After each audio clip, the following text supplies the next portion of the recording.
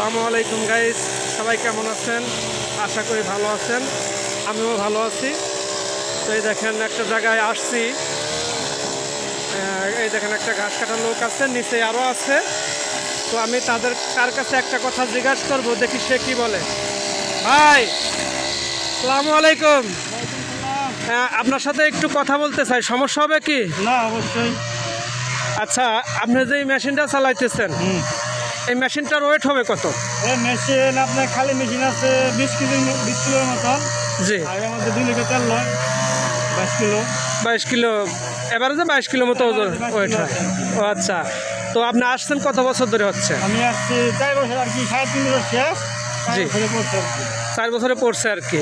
তো আপনি যে এই যে ঘাসটা কাটেন, আপনার এই যে মেশিন দেখতেছি, পিছিয়ে ঘুরান একটু, এই যে মেশিনটা, তাই না? আপনার এই মেশিন নিয়ে আনুমানিক কয় কিলো হাঁটতে হয়? আপনার এই মেশিন নিয়ে ঘাস কাটা হয় 6 কিলো, জি 6 থেকে 6.5 কিলো। জি। আর টোটালে যদি আপনি এবার করেন তাহলে 10 কিলো 9.5 কিলো হাঁটা হয় টোটাল আর কি মেশিন। টোটালে আর কি।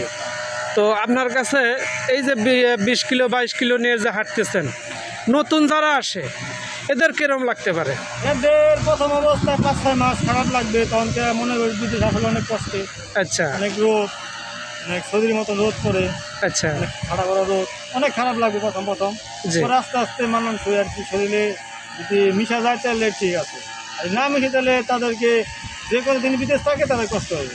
জি, আমি তাহলে এটা ভাববো যে যারা এই নতুন অবস্থায় মেশিনটা ঘাড়ে নেবে, আপনাদের কাছে যদি 20-22 কিলো লাগে, নতুনদের কাছে তো তাহলে 30 কেজি 35 কেজি এরকম লাগবে। না, নতুনদের কাছে প্রথম আপনি যখন মেশিন কাজ দেবে সকালবেলা আসিয়া, জি তখন 22 কিলো মনে হইব।